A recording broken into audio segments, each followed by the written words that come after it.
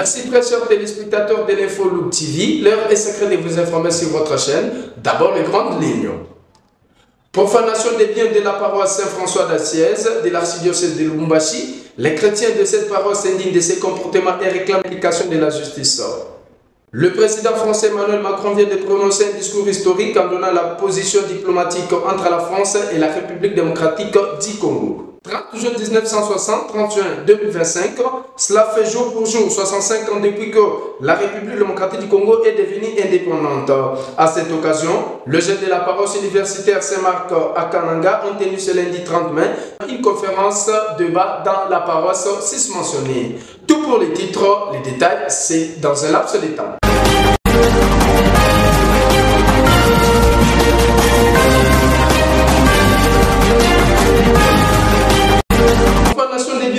Saint-François d'Assise de l'archidiocèse de Lubumbashi, le chrétien de cette paroisse s'indigne de ses comportements et réclame l'implication de la justice. Suivons plus de détails dans cette presse de l'église catholique de Lubumbashi.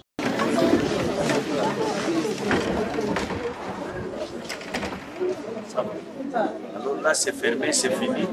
C'est l'archevêque qui viendra ouvrir ses portes. Il est midi passé quand la nouvelle est annoncée aux fidèles du doyenné Rouachi par Monseigneur Emmanuel Mumba, vicaire général aux œuvres. La paroisse Saint-François d'Assise est fermée jusqu'à nouvel ordre après des actes de désacralisation. Alors par rapport à un comportement de ce genre dans l'église catholique, nous disons que l'impunité n'existe pas. Il y a la police, la justice qui devront faire leur travail. Et la communauté chrétienne qui doit aussi continuer à faire son deuil. Mais du côté de la hiérarchie de l'Église, les portes sont verrouillées. La prière ne peut plus être organisée dans un milieu ou dans une église qui a été profanée. C'est l'archevêque qui doit venir pour célébrer la messe ici, afin d'ouvrir l'église à la pratique du culte du peuple de Dieu. Cette profanation a été perpétrée par des hommes non autrement identifiés, ayant emporté le Saint-Sacrement, les vases et les ornements liturgiques. C'est dans une salle de classe en construction que ces malfrats ont décidé d'y mettre le feu dans la nuit du lundi 30 juin au mardi 1er juillet 2025. Le père Lucien Kaboulot, curé de la paroisse, parle des dégâts. Nous avons perdu d'abord tous les ornements, or, chasubles, étoiles, tout ce qui est comme ciboire, perdu. Tous les livres liturgiques ont été brûlés et les statues de la Vierge Marie, il y en avait deux. Un a été cassé, celle qui était à l'église, et l'autre qui est au domaine marial, on l'a emporté. C'est tous ces biens-là qu'on a perdus. Quant à l'identité de ceux qui ont posé cet acte, certains indices laissent croire qu'il pourrait s'agir des personnes étant en conflit de terre avec l'Église. En effet, sur 100 hectares de superficie, il n'en resterait qu'environ 4 après la spoliation. Mais justice sera faite, a déclaré Monseigneur le vicaire général aux œuvres. L'Église va récupérer ce qui lui appartient jusqu'au dernier centimètre carré là. L'Église récupérera, on laisse, et d'ailleurs ils viennent d'attiser le feu. C'est que la justice devra faire son travail dans les plus brefs délais afin de sécuriser comme il faut la concession. Donc le message qu'il nous envoie, c'est que vous n'êtes pas sécurisés. Et à cause de la présence des spoliateurs sur la concession. Signalons qu'avant cette scène, le couvent des sœurs passionnistes de Saint-Paul-de-la-Croix avait été visité par des malfaiteurs au quartier Gambela. Des actes de vandalisme enregistrés pour la 3e fois et qui dérangent la quiétude des religieuses. L'année passée, ils sont venus aussi. Ils ont bougé, ils ne sont pas arrivés. Mais nous ne savons pas pourquoi. Qu'est-ce que nous avons fait ou qu'est-ce que nous avons? Signalons que c'est depuis plusieurs mois que des paroisses catholiques sont profanées à Lubumbashi comme partout en RDC. Pourquoi seulement l'Église catholique? Que cherchent les auteurs de ces actes? À qui profitent ces crimes? Des questions qui restent jusque-là sans réponse. En traitant les chrétiens catholiques de Lubumbashi s'en remettent à la justice divine.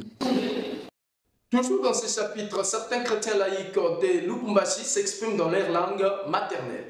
Tunaregrete sana hii mambo banafanya mtukaa. Ni Mungu aishane nabo. Ndio nilikuwa nakutia kusema kwa kile. Mungu aishane nabo.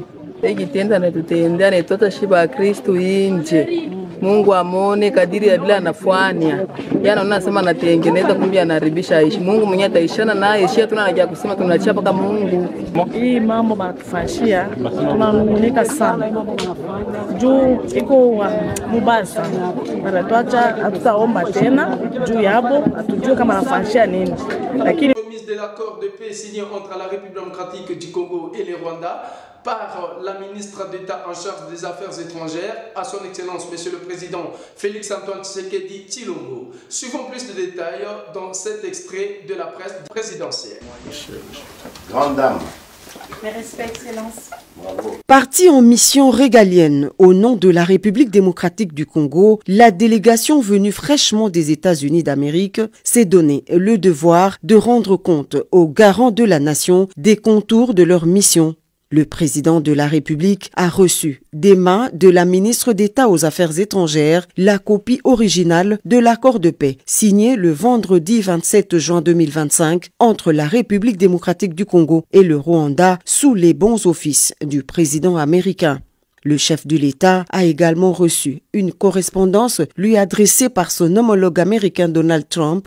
La ministre d'État aux Affaires étrangères revient sur le processus ayant conduit à la signature de cet accord. Nous avons eu l'honneur de lui remettre à main propre l'original de l'accord de paix qui a été signé le 27 juin à Washington DC au département d'État, ainsi que la correspondance qui lui a été adressée par son homologue américain. Je pense que beaucoup de Congolais et Congolaises ont suivi avec beaucoup d'attention, beaucoup d'espoir les déroulés de la journée du 27 juin. Nous avons eu l'occasion d'échanger avec le commandant suprême sur cette journée et sur comment elle s'est déroulée, mais aussi quelles étaient les prochaines étapes pour la République démocratique du Congo. C'est un pas en... Restons dans les chapitres relatifs à l'accord signé entre la République démocratique du Congo et le Rwanda pour la paix sous l'égide des États-Unis d'Amérique. Maître Anatole Kanoumani salue cet accord et demande aux Congolais de se réjouir et d'acclamer tous les efforts fournis par le président de la République. Reportage Congo Web Télévision. La marche de soutien organisée aujourd'hui par le secrétaire permanent de l'Union sacrée de la Nation à la personne du professeur honorable André Mbatemango, Maître Anatole Kanoumani, coordinateur national du mouvement associatif Yokaba Ziba IDPS, salue et félicite l'initiateur de cette grande marche de soutien de l'accord de paix signé le 27 juin 2025 entre la RDC et le Rwanda à Washington, résultat d'une diplomatie agissante sur l'excellence Félix-Antoine Tshilombo, chef de l'État, et de soutenir nos FARDC ainsi que nos Wazalendo qui sont au front pour défendre notre très cher pays. Et j'ai profité de cette occasion pour remercier de tout cœur les combattants et combattantes de Tshisekedi qui étaient présents à cette grande marche de soutien à côté de notre secrétaire général Dobizi Balola et tous les secrétaires nationaux du parti, sans oublier les militants et militantes de notre parti politique qui ont répondu massivement à cette grande activité. Et enfin, je remercie de tout cœur son essence Félix-Antoine Tshilombo, chef de l'État, pour cette victoire diplomatique, ainsi que le gouvernement congolais qui est dirigé par Mme Judith Suminwa Tshilombo. Le président français Emmanuel Macron vient de prononcer un discours historique en donnant la position diplomatique entre la France et la République démocratique du Congo. Détail dans ces rendus de nos confrères de la Radio France Internationale. Monsieur le Président Félix-Antoine Tshisekedi, Mesdames et Messieurs, chers frères et sœurs de la République démocratique du Congo, je me tiens aujourd'hui devant vous avec humilité et gravité pour reconnaître une vérité qui trop longtemps a été tue ou ignorée. La France, par ses choix, par ses silences, par ses intérêts mal placés, a pu être complice des souffrances et des drames qui ont frappé l'Est de la République démocratique du Congo. Je viens ici au nom de la nation française exprimer notre profond regret. Je demande pardon au peuple congolais, à ses familles brisées, à ses enfants meurtris, pour les responsabilités que nous avons pu porter dans ce long calvaire. Monsieur le Président Tshisekedi, je vous le dis avec sincérité, je vous demande pardon.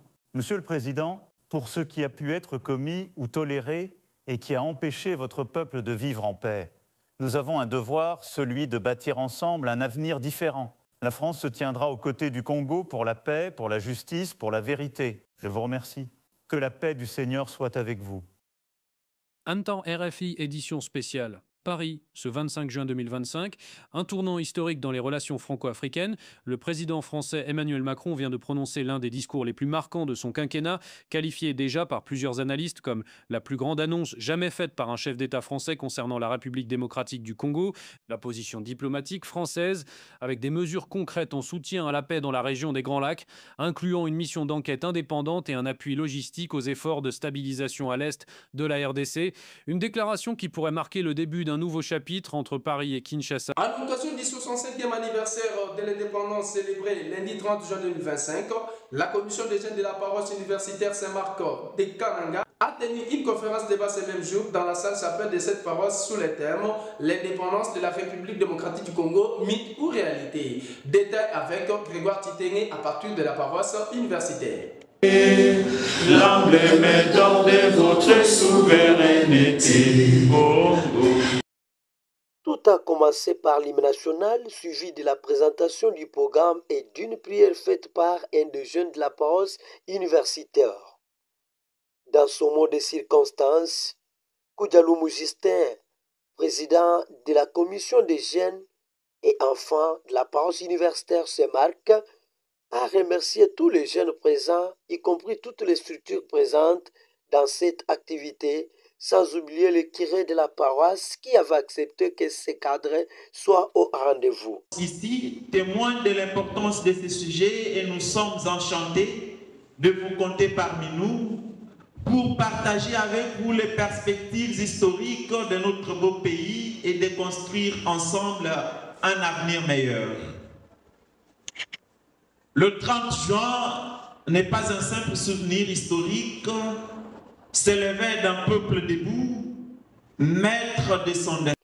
De son côté, Sakanga Célestin, le conférencier du jour, a expliqué en long et en large pourquoi l'indépendance est une réalité, mais aussi elle est mythe.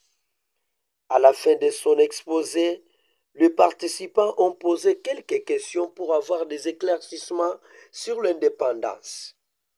Motif de satisfaction pour le président de la commission des jeunes et enfants de la paroisse universitaire Saint-Marc, qui a adressé ces mots de remerciement à tout le monde pour la disponibilité.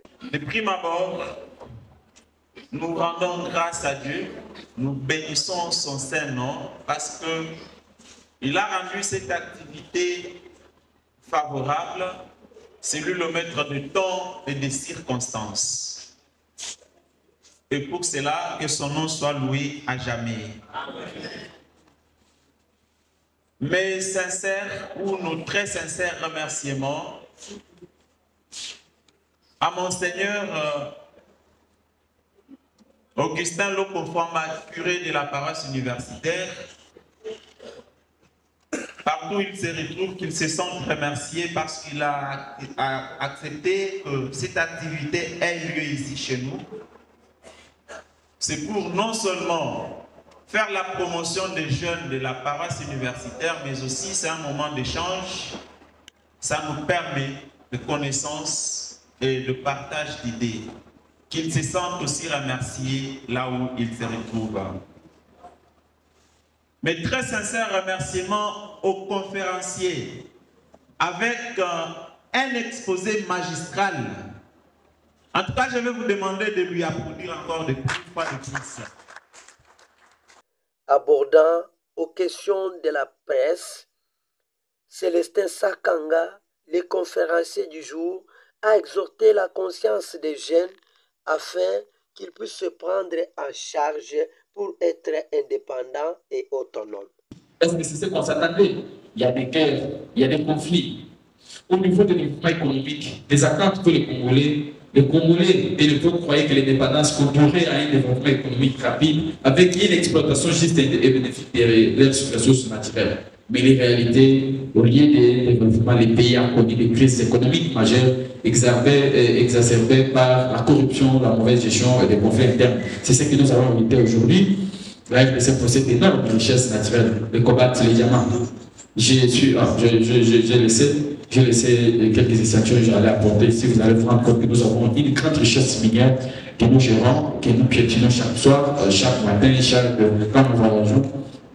Mais le développement reste inégal. Beaucoup de Congolais vivent encore dans la pauvreté. Ça fait mal quand vous vous rendez compte qu'une seule personne, 2 personnes, 3 personnes hébergent dans leur compte bancaire, ils sont des millions de dollars. Tandis que nous, ici ensemble avec vous, si je peux venir parce que je suis. Nous voici arrivés au terme de cette édition qui vous a été présentée par Passanké Noailunga, supervisée par Julienne Massanka et Donatien Makumbane. Je vous dis merci pour votre attention soutenue. On se voit à la prochaine et au revoir.